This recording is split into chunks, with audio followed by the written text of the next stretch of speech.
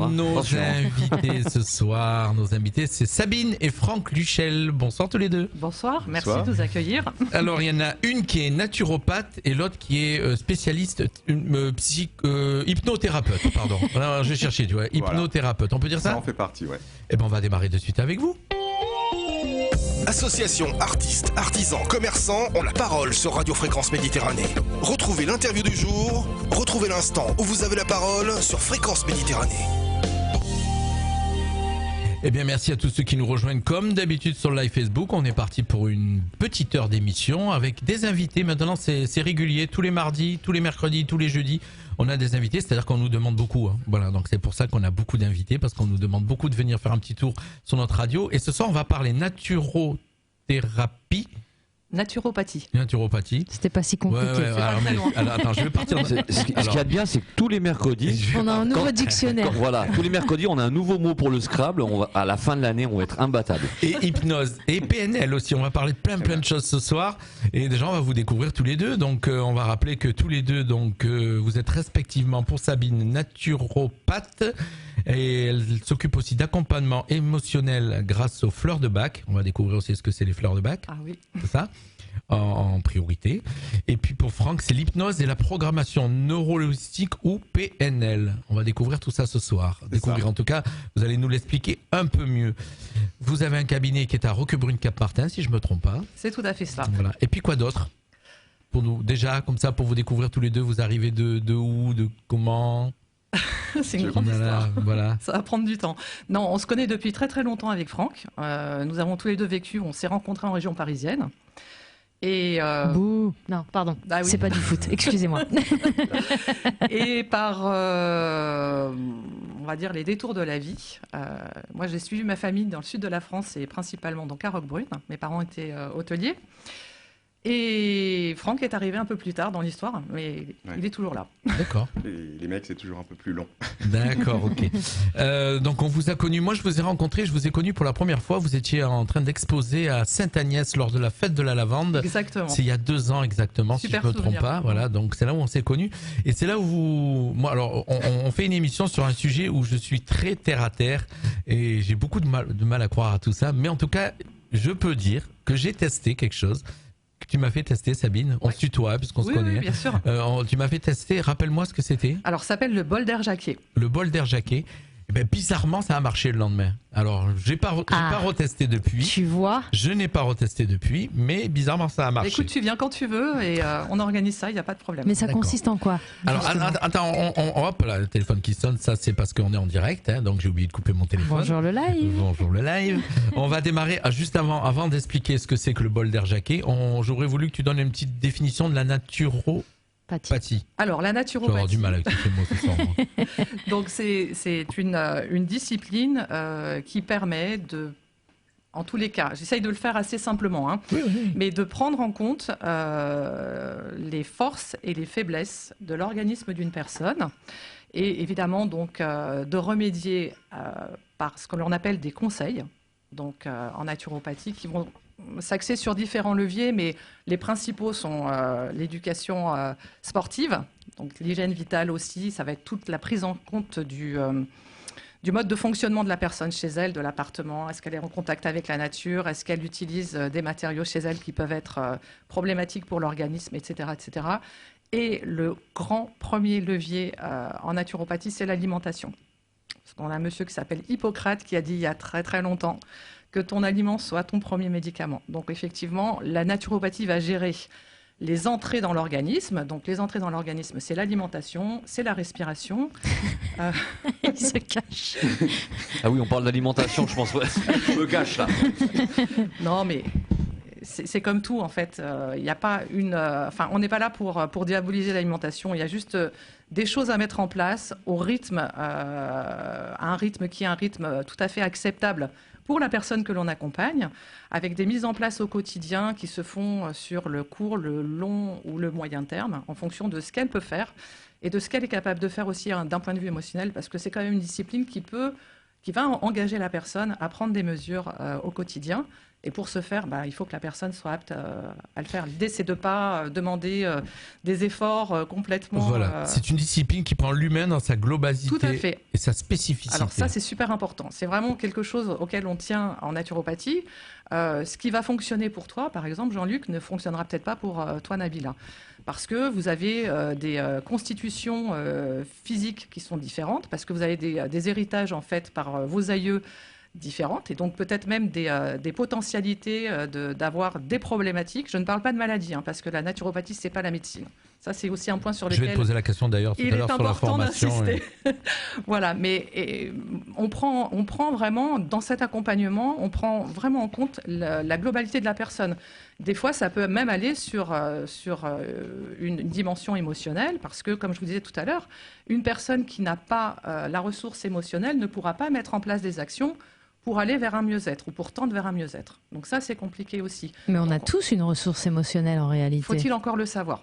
Et bien souvent. Voilà, c'est plus une question de le savoir plutôt que de ne pas l'avoir. De le savoir, de se faire confiance et aussi de pouvoir s'observer, s'écouter. Et ça, c'est quelque chose aussi... On en a parlé beaucoup hors antenne, oui, voilà. Sur mon cas. D'ailleurs, on va analyser mon cas. C'est important. On analyse toujours mon cas. Tu vas être un cas clinique ce soir, cas scientifique. Mais je le suis à chaque fois qu'il y a Carole. Donc. Quand on est dans un partage et quand on est on va dire dans l'observance en fait de ce que la naturopathie met en avant, on a aussi une règle qui est quand même extrêmement importante, c'est donc de respecter l'individu dans toute sa globalité, dans sa spécificité, dans ce qu'il peut faire, et avec l'ambition vraiment... Il n'y a pas une démarche prédéfinie, voilà, c'est ça que tu veux dire. Voilà, il y a pas, ça va s'adapter à chaque personne. Mais il y a aussi une grande écoute de la responsabilisation de la personne qu'on accompagne. Ce qui est déterminant, c'est sa décision à lui. C'est hyper important. Ouais. C'est-à-dire qu'on n'a pas une relation, je dirais, verticale, on ne l'a pas horizontale non plus, mais on est dans un partenariat et on demande à la personne de s'écouter, de s'observer, de faire des essais et justement de venir ensuite échanger avec le naturopathe ou la naturopathe. Mais la naturopathe a besoin de ce retour pour pouvoir ajuster et recalibrer en fait son accompagnement. Est-ce qu'il y a une formation particulière pour devenir naturopathe ? Oui, tout à fait. Comment ça se passe ? Est-ce que tu peux nous expliquer ? Alors, moi, je vais vous parler de la mienne. En l'occurrence, moi, j'ai fait des études pendant 5 ans. Donc, je sors en fait d'une voie d'études assez traditionnelle. J'ai passé mon bac, j'ai été en faculté de lettres. J'ai travaillé et c'est à la suite en fait d'une reconversion professionnelle que je me suis tournée vers la naturopathie. Donc je suis partie sur un cycle d'études de 5 ans qui était donc à la fois en présentiel et à la fois en distanciel et que chacun peut gérer aussi en fonction de son temps. Moi à l'époque donc je travaille à mi-temps donc je ne pouvais pas. Ça a duré 5 ans mais ça aurait pu être plus court. J'aurais pu le faire en plus court. Maintenant, je pars du principe que pour pouvoir aussi se documenter, pour pouvoir faire un vrai travail enrichissant, le faire correctement. Il faut prendre le temps. Et on a beaucoup de lectures en fait sur ces formations-là. On parle quand même d'une discipline qui date, qui date du 19e siècle, mais il y a eu beaucoup d'écrits, il y a beaucoup d'écoles. Et puis en plus de ça, après, il y a beaucoup de... Pour moi, la naturopathie, c'est un grand couloir. On a des portes à droite, à gauche, et puis on va croiser différentes choses. Moi, en l'occurrence, ça a été les fleurs de bac. Voilà. D'accord. C'est bien que tu me donnes la transition. En fait, si je comprends bien, ça regroupe beaucoup donc, de domaines. Il y a ça relève du psychologique, on est d'accord ? Oui. Dans un sens. De l'écoute. Alors, on a déjà. Pardon, excuse-moi, Nabila, je te coupe. Je t'en prie. Ça réagit sur les réseaux sociaux. Tu as la question en face de toi. Je pense que le sujet est apprécié. Alors, vu qu'on est en direct et que les gens nous suivent sur les réseaux sociaux, ça réagit. On a Julien Maldinez, qui est notre partenaire, qui nous marque. Peut-on dire que l'estomac, son fonctionnement est le deuxième cerveau du corps? Non, c'est l'intestin. C'est l'intestin. Le naturopathe gère ses désordres en cas de dérèglement. Alors, la naturopathie, il a voulu écrire. Ouais. Oui, certainement. Alors l'estomac est important, mais le deuxième cerveau, on le connaît, c'est l'intestin. On sait aujourd'hui que l'intestin a même été... Enfin, il y a des études qui ont été faites aux États-Unis par un monsieur très très connu qui a expliqué que le cerveau primitif était à la base l'intestin, donc le système entérique, qui, une fois que l'homme a réussi à cuire ses aliments, l'alimentation est passée au deuxième plan. Et c'est comme ça que le cerveau, donc le système cérébral, s'est développé. Là, j'apprends quelque chose. Tu savais pas que l'intestin c'est le deuxième cerveau Il y a du des corps? neurones. Non, Ah oui. non, je savais pas, j'apprends quelque chose. On dit souvent pourtant que quand D'accord. on est un homme, il faut savoir bien lui faire à manger. Oui, d'accord, mais moi je peux vous dire que... Et tu ne dis pas la suite, hein, s'il te Voilà. plaît. Non, Merci. j'ai En tout dit cas- que le début. En tout cas, c'est vrai que... On connaît tous le proverbe, en tout cas. Hein. Allez, donc tu m'as donné la transition tout à l'heure, tu as parlé, on en a parlé en début, on viendra après à toi mon cher Franquet, on t'a pas oublié. Tu m'as parlé en transition des fleurs de bac, puisque si tu es spécialiste de la fleur de bac ou les fleurs de bac. Les fleurs de Médecine bac. naturelle du coup. Alors, Oui, Parce que exactement. pour contrebalancer Jean-Luc, moi, il m'intéresse à bloc votre sujet, les deux. Bah, Ouais. Ah non, mais moi le sujet m'intéresse aussi, sinon je Mais ne suis l'aurais très- pas reçu. Non, c'est sûr. Mais ce Donc, que je veux qui dire, c'est que j'y m'intéresse. crois. Je suis terre à terre, mais je suis quelqu'un qui croit en ce genre. Alors. Et j'ai même pratiqué d'ailleurs. Donc, voilà. alors, On veut pas savoir ce que les tu fleurs de fumais bac, dans ta ça va. jeunesse. Hein. Les fleurs de bac, mon cher, on est en interview. Les fleurs de bac, ça va avec la naturopathie. Je vais y arriver d'ici la fin de l'émission. Oui, alors tous les naturopathes ne sont pas forcément formés aux fleurs de bac. Hein. Ça, c'est. Voilà. Comme je vous disais, la naturopathie, c'est un grand couloir et on peut se tourner, en fait. Il y a des spécificités. Se diversifier. Se diversifier. Moi, je parle plutôt de belles rencontres. D'accord. C'est pas Bon. vraiment établi au départ. Si tu veux, quand tu rentres dans une école de naturopathie, on ne va pas te dire à un moment donné, Jean-Luc, vous allez faire des fleurs de bac dans votre cursus. Tu vas pouvoir à un moment donné, au fur et à mesure de ton avancée dans ton cursus, être en contact avec certaines choses qui sont de l'ordre de la naturopathie, et les fleurs de bac sont extrêmement cohérentes avec l'activité, enfin en tout cas avec l'activité et la proposition d'une naturopathe, parce qu'elle s'adresse typiquement aux émotions. Alors, c'est quoi les fleurs de bac? Alors, les fleurs de bac. Donc, fleurs de bac, ce sont différentes fleurs qui se présentent sous forme liquide, qu'on peut associer, on peut dire que les fleurs de bac sont assez proches. Alors, non pas des huiles essentielles, puisqu'il n'y a aucun principe actif, mais par contre, assez proches de l'homéopathie, à la différence que les homéopathies sont sur des granules et que les fleurs de bac sont sous forme liquide. Donc, d'extraits. Alors, ce ne sont pas des extraits, ce sont j'ai envie de dire des messages énergétiques qui sont laissés. Ça va être un langage bien particulier ce soir. Hein, donc, Ouvre bien tes écoutilles. Ah non, mais moi, plus ce langage est particulier, plus je suis sceptique. Donc, voilà. Bien quand tu veux Hyper faire des attentif. fleurs de bac. Si tu as été convaincu par le bol d'air. En résumé, Les fleurs ça de bac serait un peu aussi. comme une histoire d'écriture d'ADN en fait qu'elles auraient.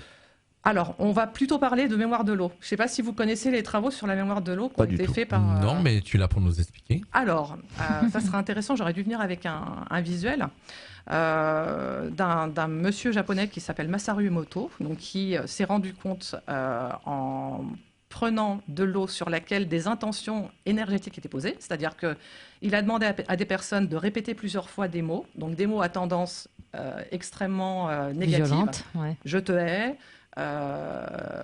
et ou à tendance plutôt extrêmement tournée vers l'autre. Je t'aime. D'accord, mais en parlant à un bol d'eau, c'est ça? En parlant à un bol d'eau.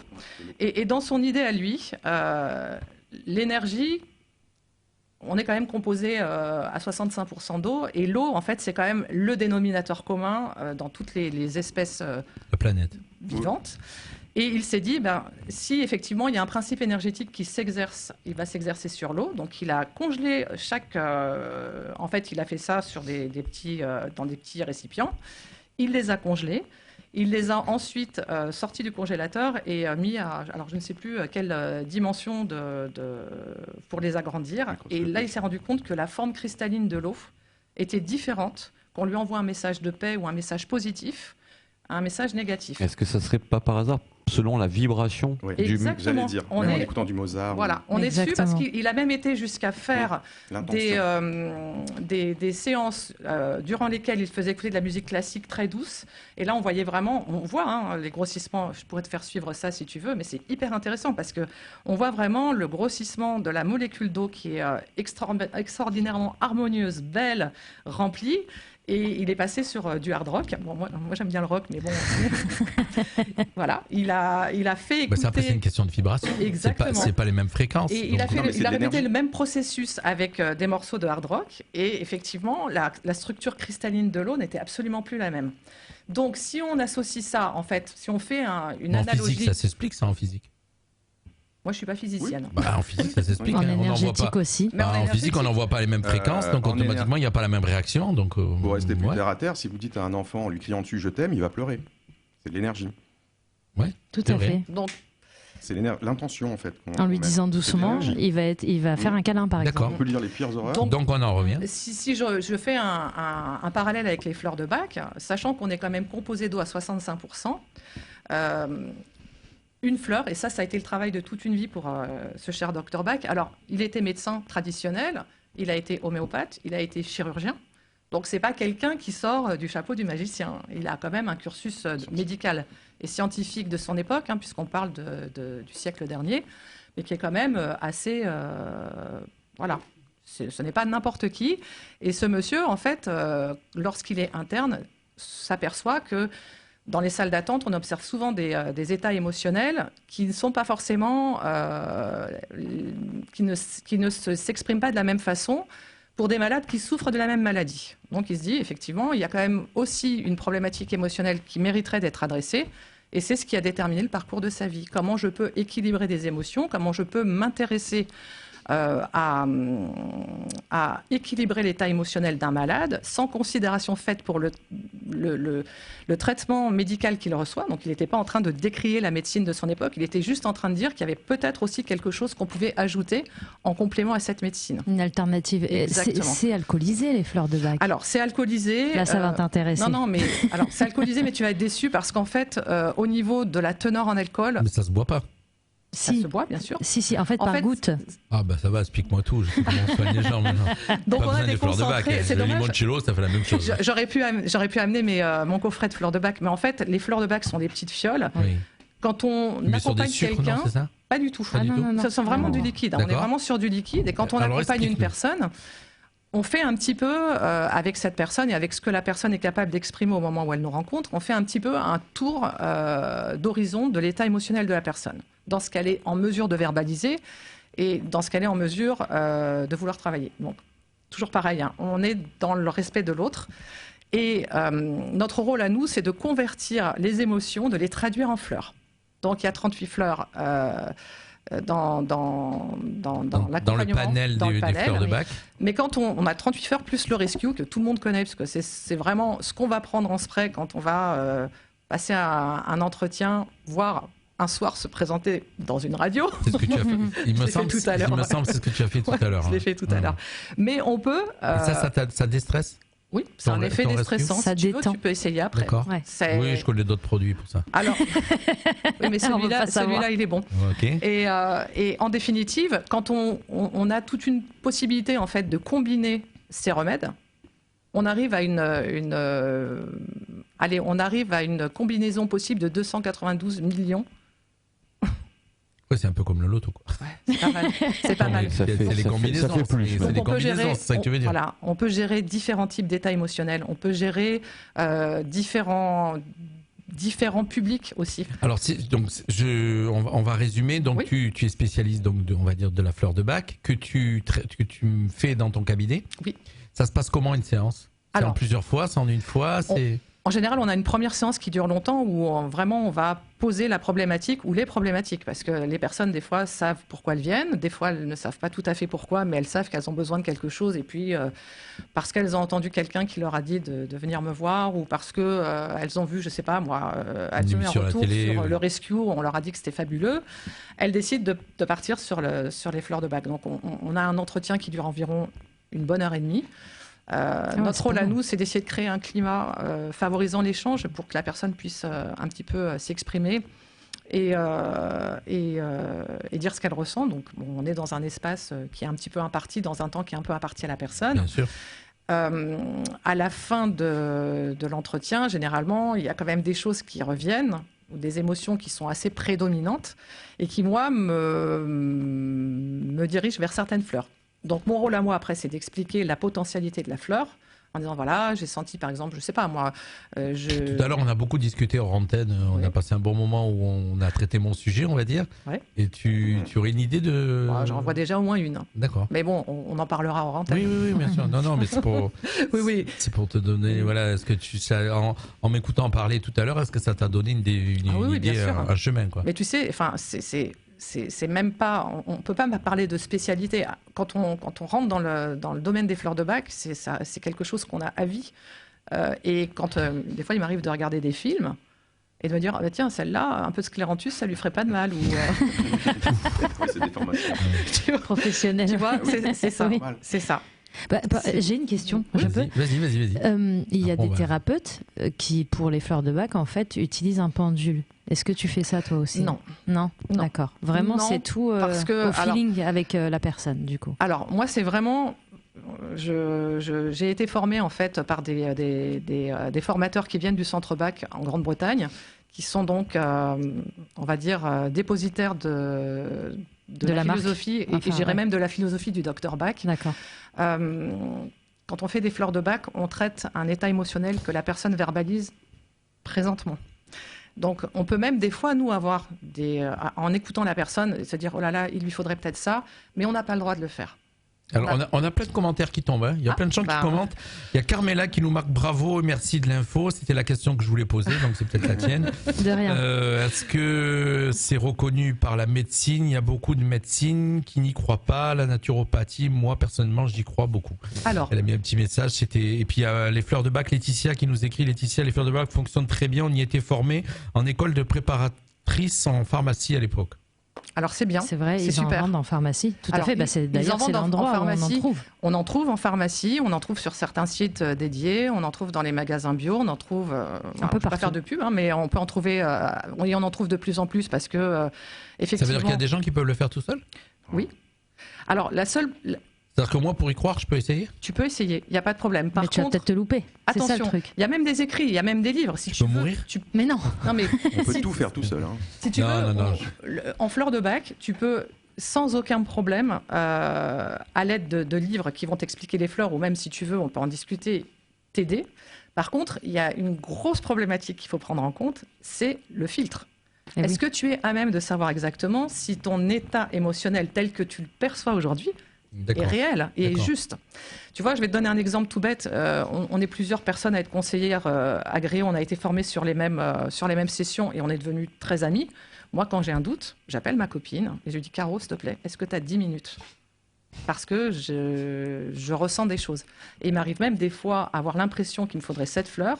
Et quand je discute, je me dis, non, j'ai peut-être fait tomber le masque, mais c'est pas du tout C'est ça. un bien grand sujet qu'on va être obligé d'écourter puisqu'il y a notre spécialiste dans l'hypnose qui attend qu'on l'interviewe aussi. Voilà, donc, en tout cas, Merci beaucoup. Sabine. Et merci pour les personnes On a déjà, voilà, il y a des gens qui commentent. Alors, je rappelle que l'émission elle va être sur le live Facebook, elle sera après aussi sur YouTube, qu'on peut la réécouter, bien sûr, et venir en tout cas, si on veut plus d'interrogations, on a plus d'interrogations, qu'on veut plus de questions, on vient te voir à ton cabinet à Oui, ou même Roquebrune-Cap-Martin. nous envoyer sur cabinetluchel.com. Voilà. On peut traiter Donc, aussi Alors, Ouais, vous fait. faites partie des rares que je reçois sur ce sujet-là. Merci. Alors, vous on est pouvez le dire, vraiment hein, hyper c'est vraiment, voilà, donc. Merci bien. On va parler hypnose maintenant avec avec celui qui est en face, c'est Franck. L'hypnose. Alors l'hypnose, la définition de l'hypnose que Alors, tu pratiques, c'est quoi exactement? L'hypnose, on aime bien inventer des mots, mais c'est simplement un mot occidental qui définit un état modifié de conscience. En gros, ça serait un peu la méditation en fait en Asie. D'accord? Et on le fait tous. Pour être très pragmatique, pour que les gens comprennent, on en fait tous les jours. On fait de l'auto-hypnose. Vous conduisez, vous rentrez chez vous, vous dites « Ah, est-ce que le feu était vert ?» Oui, des fois on se rappelle pas le trajet Voilà. qu'on a fait. Vous lisez, On le fait et à un tellement moment, machinalement. Ouais. vous lisez un livre, et au bout de la page, vous dites « Mince, j'ai lu tous les mots, mais j'ai rien compris parce que mon cerveau, il était ailleurs. » Vous voyez, le principe, c'est vrai. ça. D'accord. C'est ça.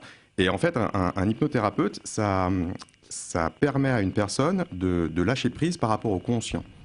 Parce que là, de mettre ton cerveau sur pause un petit peu. voilà, c'est ça, quoi. et avoir accès à une autre partie de nous-mêmes qui s'appelle l'inconscient et qui fait des choses dont on n'a même pas conscience et pourtant qui nous fait vivre, respirer, digérer, cicatriser. Enfin, je veux dire, C'est vrai, par rapport à un c'est vrai, ordinateur, Ouais, c'est c'est un vrai. ordinateur avec peanuts par rapport à notre. On parlait de ressources. C'est Par rapport à un être humain, potentialité, ouais. d'ailleurs, les ordinateurs, Voilà. c'est les êtres humains qui les fabriquent, donc déjà à la base. Exactement, voilà. On utilise Et- très peu de nos ressources. Et en fait, c'est amener les personnes à aller chercher leurs ressources. Vous voyez, chose que les enfants qui sont plus tournés vers l'inconscient ont de façon innée. C'est vrai que souvent on fait des choses machinalement. Le matin, je vais vous Ouais. donner. Mais alors, ça n'a rien à voir, mais je me suis levé au radar ce matin. J'ai fait tout ce que j'avais à faire. Au radar. Et quand je suis parti, quand je suis parti, je me dis ah ouais j'ai tout fait, mais je me suis même pas rappelé que j'avais tout fait, quoi. D'où le conditionnement, Voilà. le rituel. Oui. Ça permet au cerveau d'aller très vite.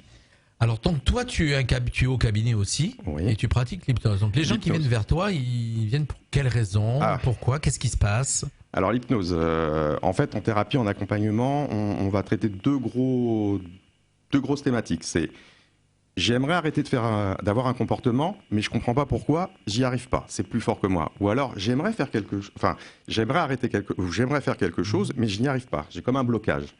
Eh ben, en fait, ça, on va traiter ça. Donc vous imaginez qu'il y a phobie, addiction, compulsion, manque de confiance en soi, et après ça va sur passage d'examen, prise de parole en public, que ça soit phobie scolaire, phobie sociale, n'importe quelle phobie. Et puis alors les compulsions, les addictions, je vous en parle même pas. Les addictions aux jeux, cigarettes, alcool. Voilà. D'accord. Donc, est-ce qu'il y a une formation aussi pour pratiquer l'hypnose? Oui, il y a des formations, il y a des Tu es passé écoles. par une formation, je suppose? Oui. Voilà, qui est reconnue par l'Éducation nationale. J'ai fait ça pendant 2 ans. Parce qu'en fait, moi, ce qui se passe, c'est que pareil, c'est une reconversion professionnelle. Et au bout du 2e licenciement, je me suis dit bon, allez, maintenant, qu'est-ce que je veux faire? Et comme j'ai toujours aimé m'occuper des gens, enfin prendre soin des gens, avec mes amis, c'est des gens que je connais depuis très longtemps. J'adore parler avec les gens, j'adore écouter et les comprendre et pouvoir me connecter à eux pour retrouver un peu ce qui nous manque aujourd'hui, c'est cette humanité. Tu étais comme ça avant de faire l'hypnose, donc Je confirme. c'était inné. Voilà, Inné. mais je me suis dit quand même, je le fais de façon innée, mais il me manque quand même des outils, une technique. Donc je me suis intéressé à l'hypnose. Alors l'hypnose, ça me faisait très très peur au départ. Parce Comme qu'en fait, beaucoup de monde, je pense. ça me faisait peur. Pourquoi? Parce qu'en fait, j'avais des croyances sur l'hypnose, mais je ne connaissais pas. Donc, c'était pas réel, c'était de l'imaginaire, en fait. Comme moi, voilà. Voilà, exactement. Et je voulais revenir aux croyances. En fait, on ne croit que ce qu'on observe. Ben, voilà, tu Hein? résumes. Dans tout ce que vous êtes en train de dire depuis le début, et j'ai fait beaucoup de choses là, je veux dire, j'ai beaucoup cherché là-dessus. Moi, je crois en fin de compte ce que je vois, ce que je touche, ce que je perçois. Voilà. Si on arrive à me montrer que c'est vrai, j'y crois. Moi, les paroles, j'y crois pas, en fin de compte, Alors, je veux dire. Le gros problème, c'est que on est toujours obligé de parler avant d'agir, parce que la pensée précède l'action. D'accord? Là, on en parle, mais les gens ne savent pas. Même s'ils nous croyaient, ça n'aurait rien de réel. Ça serait juste une représentation de l'esprit. Et je vais juste citer le docteur Bach, parce que je l'entends à la longueur de journée, et il y a une phrase que j'adore, et que, comme je suis un peu rebelle, je l'ai détournée, c'est « Ne me croyez pas, expérimentez ». Parce que la croyance, c'est bien, mais aujourd'hui, ce qui nous bloque, c'est qu'on ne croit pas. Exactement ce qui Et m'arrive. on observe, et on n'ose plus, et on n'agit plus. Et donc, on est prisonnier, on ne se libère pas. Et moi, je rajouterais, ne vous croyez pas, expérimentez.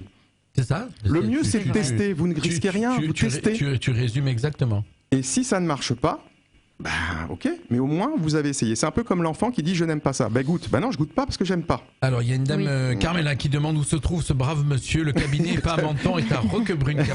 Voilà, donc il faut... Oui, on n'est pas mentonné. Il faut taper sur internet Sabine et Franck Luchel, Luchel.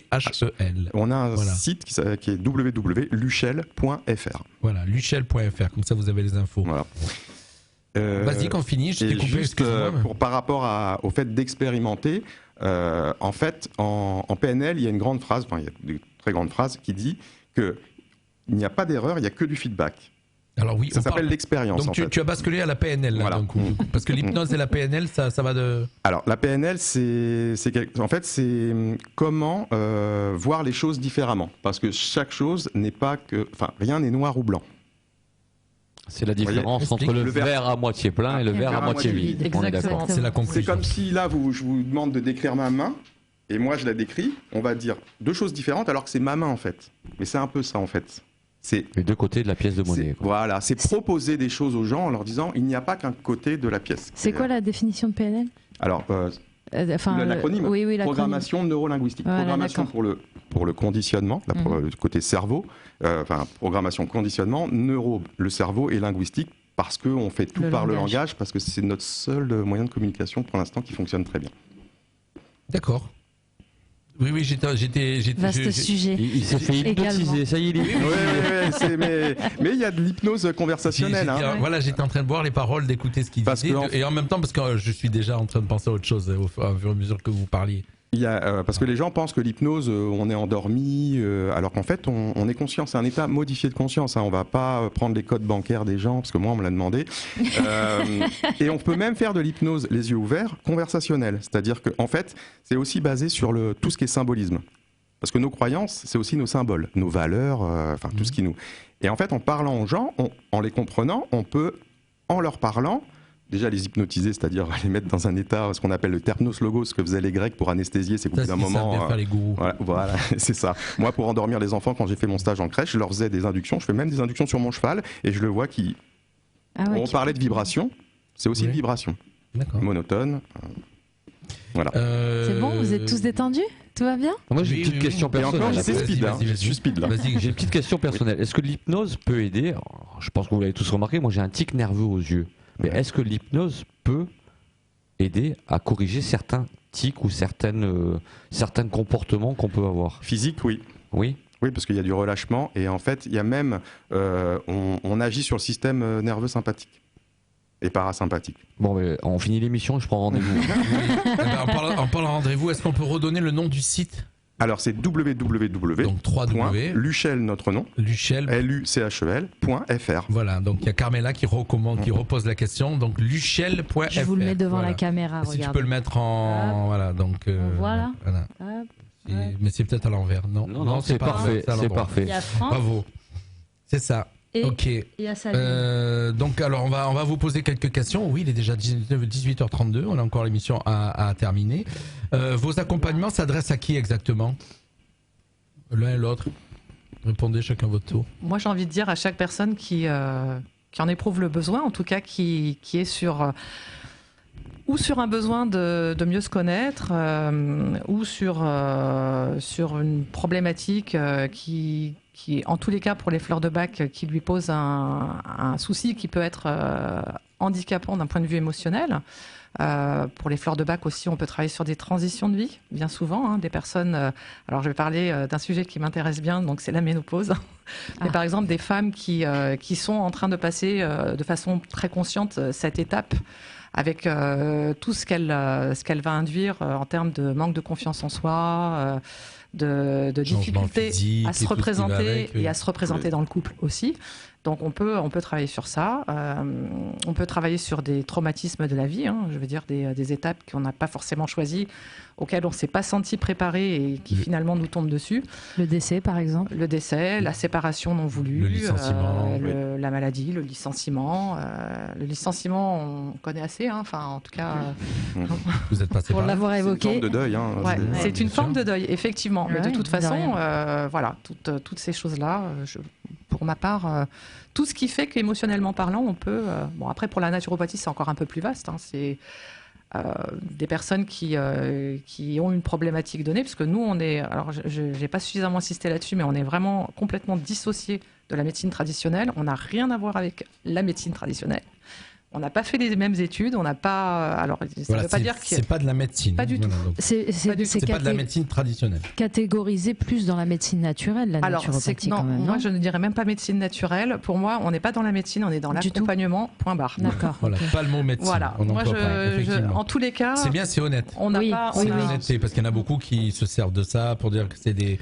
des pour dissocier, des médecins, en fait, oui. C'est pas du tout ça. Par contre, on peut venir en renfort. En tout cas, on peut apporter aussi quelque chose. On peut être force de proposition pour des personnes qui ont des problématiques qui sont diagnostiquées par des médecins et traitées par des médecins, mais pour apporter du mieux-être. L'insomnie, problème de poids. On va terminer en vous posant les questions. Qu'est-ce que c'est un petit peu les demandes du moment ?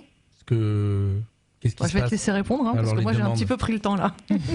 Moi c'est par rapport, je trouve que ça s'accentue beaucoup, c'est tout ce qui est phobie sociale. Parce qu'en ce moment, avec tout ce qu'on entend, les gens les réseaux sociaux. l'hiver qui arrive, et les réseaux sociaux, même les médias, les infos, la grande messe du 20h, les gens se renferment de plus en plus et du coup, en fait, ils sont de plus en plus prisonniers. En fait, on reçoit les gens qui se sentent soit bloqués, prisonniers, en fait, qui veulent retrouver une certaine liberté, un mieux-être, quoi. C'est à cause du Covid, ça. Je vais aller les voir et en fait... Covid, et là, actuellement, c'est assez sombre, en fait. Ça a toujours été comme ça, mais on accentue de plus en plus. Ouais. Et ça, c'est très anxiogène. On discutait tout à l'heure hors antenne, et puis du coup, je vais prendre mon cas, puisque effectivement, tant qu'à faire, effectivement, j'ai tendance depuis des mois et depuis quelques temps, depuis que je fais de la radio, à écouter souvent les informations, sur toutes les chaînes, sur toutes les radios, pour être au fait du jour, au courant de l'info. Et l'information est quand même assez négative. Elle est rarement positive. Je vais te dire comment tu te sens en fait après avoir regardé des infos. Et je suis rentré dans un engrenage où j'ai ce côté toujours un petit peu négatif, mal-être ou quoi que ce soit. Et pour ceux qui le savent, j'ai fait une coupure là il y a pas longtemps d'une semaine, de 8 jours, de plus écouter les infos, de tout couper, de couper la radio, de couper. Le retour à la réalité, c'est incroyable. Je vois vraiment le changement de. Et en plus, nous, on regarde très peu les informations. Les infos, c'est destructeur. Ce qu'on doit savoir, on le saura, parce qu'on nous prévient, on est connecté. L'information, elle arrive à soi. On vit très bien sans regarder les infos, parce que finalement, ce qu'on nous propose, c'est un macrocosme, alors que nous, notre vie, c'est un microcosme avec nos amis, notre famille, le travail. Et c'est ça, notre vie. Le reste, c'est de l'imaginaire, c'est des choses qui se passent à 10 000 kilomètres, et déjà, on peut rien faire. C'est malheureux. On n'a aucun moyen d'action. On n'a aucune interaction. Si ce n'est que, comme je disais à Nabila, la chose la plus importante, c'est nous. Si on veut vraiment aider les gens, il faut être bien. Donc il faut privilégier les choses qui nous ancrent et qui nous rendent stables pour pouvoir aider les gens. Et c'est de la base qu'on pourra changer. Moi, j'ai encore cette idée un peu naïve d'enfant qu'on peut vraiment changer le monde. En tout cas, notre monde, notre microcosme, mais le monde, c'est plein de microcosmes. Oui, des petits mondes. En fait, c'est pas de la prétention. C'est pas de la prétention de s'occuper de soi finalement. Parce que toi, t'as pris soin de toi. Oui, non, mais ils m'ont fait changer d'avis. C'est la base. Alors, si tu viens au cabinet, je pense que Franck sera d'accord pour te prêter son mémoire, en fait, qui s'appelle L'amour de soi, l'amour des autres. L'amour de l'autre. Pardon? L'amour de soi, l'amour de l'autre. Alors, des autres, bon, j'ai un grand cœur. Et c'est intéressant justement de voir que des fois, pour aider, il faut d'abord s'aider soi et on passe pas par l'autre pour régler les problèmes avec soi. C'est souvent ce qu'on voit aussi dans les métiers d'accompagnement. Et donc, si on va bien nous-mêmes, les autres vont bien également. On rayonne beaucoup plus facilement. En tout cas, c'est plus simple. Ouais, c'est sûr. C'était génial. Ouais. Merci beaucoup. Il y a plein de gens qui ont posé. Alors, je rappelle à tous ceux qui nous ont suivis sur le live Facebook, ceux qui nous suivent bien sûr sur tous nos réseaux DAB, applications smartphone et web, venez faire un petit tour sur live Facebook. Vous pouvez réécouter l'émission et ceux qui l'ont raté depuis le début, en tout cas, il y en a plein qui ont apprécié. Merci beaucoup à tous. Il y en a qui vont découvrir votre cabinet, donc qui se trouve à Roquebrune-Cap-Martin. C'est donc Franck, Sabine et Franck Luchel, et vous allez faire un petit tour sur le site luchel.fr, Luchel. Vous restez avec nous jusqu'à la fin de l'émission. Avec plaisir, à 18h, puisqu'on va de la musique. Il va y en avoir.